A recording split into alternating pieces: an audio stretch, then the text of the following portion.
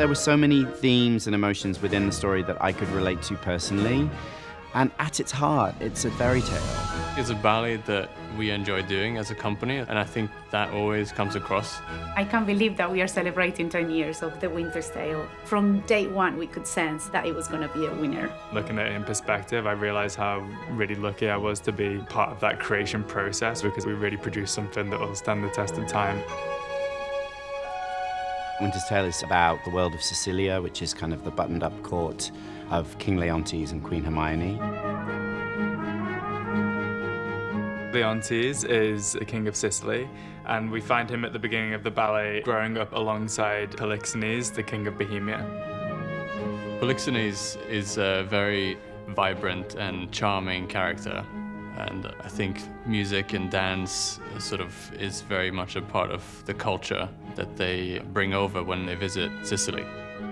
We get to see King Leontes with his wife, Hermione, at this very special moment of their lives. You know, like their marriage, how strong their connection is, the love and respect they have for each other. So the Bohemians have been to visit, and they're just about to leave, but Hermione persuades Polixenes to stay a little bit longer. And out of nowhere, we can see that this seed of jealousy is planted in King Leontes' mind. Oh, I will even say actually his soul. That's how deep you see right away how much he starts suffering. He blames Hermione of being unfaithful to him with Polixenes. Then next thing you know, he's on a downward spiral. Once you plant the seed of jealousy and doubt, things can unravel very quickly. The story lends itself very well to dance because the emotions and the situations are quite physical. You know, the physicalization of jealousy, love, remorse, dignity, they're all emotions, situations that can be quite clearly communicated through movement. I'm good, thank you. How are you? Good. Yeah, good. Chris is so clever, really, with how he illustrates the story through the steps. And then use the momentum. Mirroring some of the metaphors and poetry of the language, you know, from the Shakespeare text. Matt, do you want to try the first jealousy solo? Shakespeare talks about being struck in the heart, and actually the very first moment where Leontes becomes aware is this creeping hand comes in, and then it pierces the heart, and then suddenly the whole physicality changes after that. Leontes starts to develop into this quite a tormented character. We have a lot of the use of the hands as they become possessed, like a spider or an animal is kind of overtaking him. Nice, nice, very nice.